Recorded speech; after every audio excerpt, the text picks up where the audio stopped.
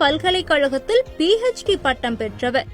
உப்பின் மூலக்கூறுகள் எவை, அதில் உள்ள வேதிப்பொருட்கள் எவை, அதை கார்ப்பரேட் கமாடிட்டியாக மாற்றுவது எப்படி என்று ஆய்வு நடத்தியவர்.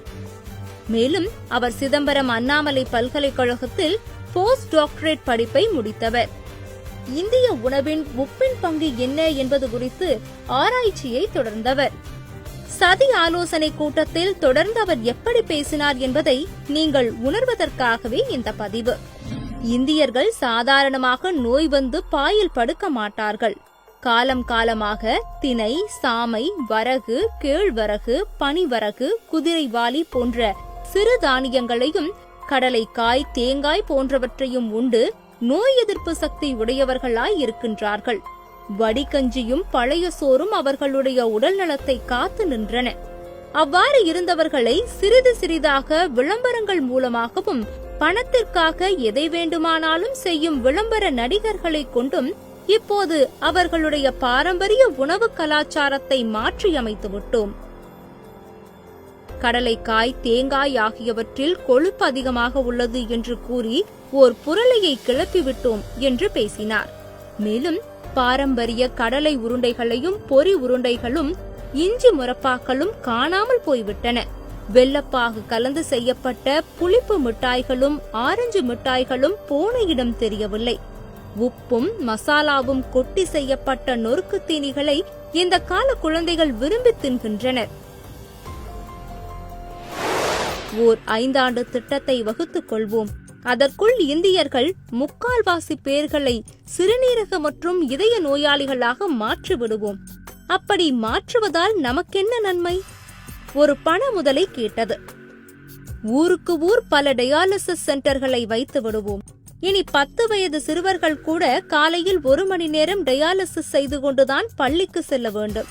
நாம் சதித்திட்டம் நிச்சயம் வெற்றியடையும்.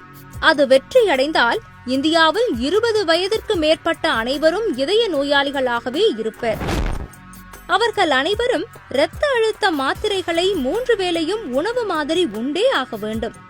அப்புறம் என்ன, அந்த மருந்து தொழிற்சாலைகளை வைத்துள்ள நாம் தான் உலகத்து பணக்காரர்களாக உலா வருவோம். அருமை அருமை, அந்த சதித்திட்டம் என்ன என்று இன்னொருவர் கேட்க, உங்கள் உப்பில் அயோடின் உள்ளதா? எங்கள் டேபிள் சால்ட் அயோடின் நிறைந்தது என்றும் இதுதான் தேசத்தின் உப்பு என்றும் ஒவ்வொரு தொலைக்காட்சி அலைவரிசையிலும் பெரிய பெரிய சமையல் ஜாம்பவான்களை கொண்டு தயாரிக்கப்பட்ட உப்பு தூள் விளம்பரங்கள் செய்து பழகினால் மட்டும் போதும். இந்தியா என்றுமே நமக்கு அடிமை என்று உரையை முடித்தார். இப்போது உணருங்கள், ஏன் சிறுவர்களை வைத்து விளம்பரங்கள் ஒரு நாளைக்கு 100 முறை வந்து கொண்டிருக்கின்றன?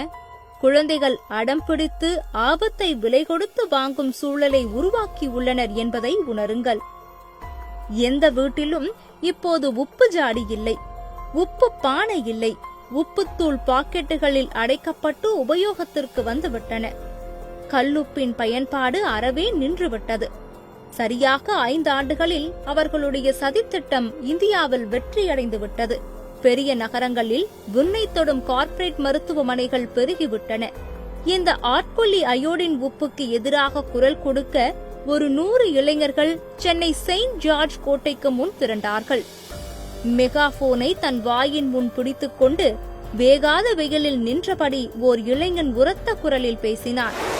பொதுமக்களே, நீங்கள் உப்பு போட்டுத்தான் சோறு தின்கிறீர்களா? நம் பாட்டனும் பூட்டனும் கல்லுப்பைத்தானே பயன்படுத்தினார்கள்.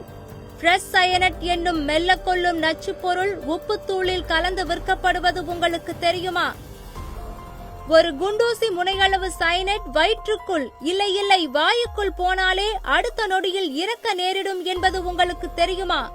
நாம் வாங்கும் பொடி உப்பு படு வெள்ளையாக இருப்பதற்காக அலுமினியம் சார்ந்த ஒரு வேதிப்பொருளை அதில் கலக்குகிறார்கள். அது சிவப்பு கம்பளம் விரித்து புற்றுநோயை வரவேற்கும். 2020 இந்தியாவை வளர்ந்த நாடாக்க வேண்டும் என அப்துல் கலாம் முயற்சி மேற்கொண்டார். ஆனால் மேலை நாட்டு மருந்து முதலாளிகள் நம் நாட்டை ஒரு தளர்ந்த நாடாக்க வேண்டும் என்பதில் குறியாக உள்ளார்கள். அதற்கு அவர்கள் கையில் எடுத்துக்கொண்ட ஆயுதம்தான் இந்த அயோடின் உப்பு. ஒரு 30 ஆண்டுகளுக்கு முன் பள்ளியில் படிக்கும் சிறுவர்கள் பார்க்க அவ்வளவு அழகாக இருப்பார்கள் தெரியுமா? இப்போது தொப்பை பெருத்து போய் பார்க்க சகிக்கவில்லை. எல்லாம் இந்த செயற்கை உப்பு நிறைந்த தின்பண்டங்களை தின்றதன் விளைவுதான். போதாக்குறைக்கு நம் இல்லத்தரசிகள் சமையலுக்கும் இந்த நச்சு உப்பைத்தான் பயன்படுத்துகிறார்கள். கடலுக்கு அருகில் இருக்கும் உப்பளங்கள் மூலம் இயற்கையாக கிடைக்கும் கல்லுப்பில் உடலுக்கு தேவையான அனைத்து தாதுப்புக்களும் உரிய விகிதத்தில் உள்ளன. இந்த கல்லுப்பை அப்படியே பயன்படுத்திய தலைமுறையினருக்கு இதய நோய் வந்ததா, சர்க்கரை நோய் வந்ததா, சிறுநீரக கோளாறுதான் வந்ததா? உடல் பருமன் நோய் என்பது அவர்கள் அறியாத ஒன்று.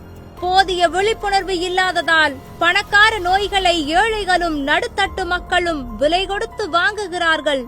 சுற்றி நின்றவர்கள் பலத்த கரவொலியோடு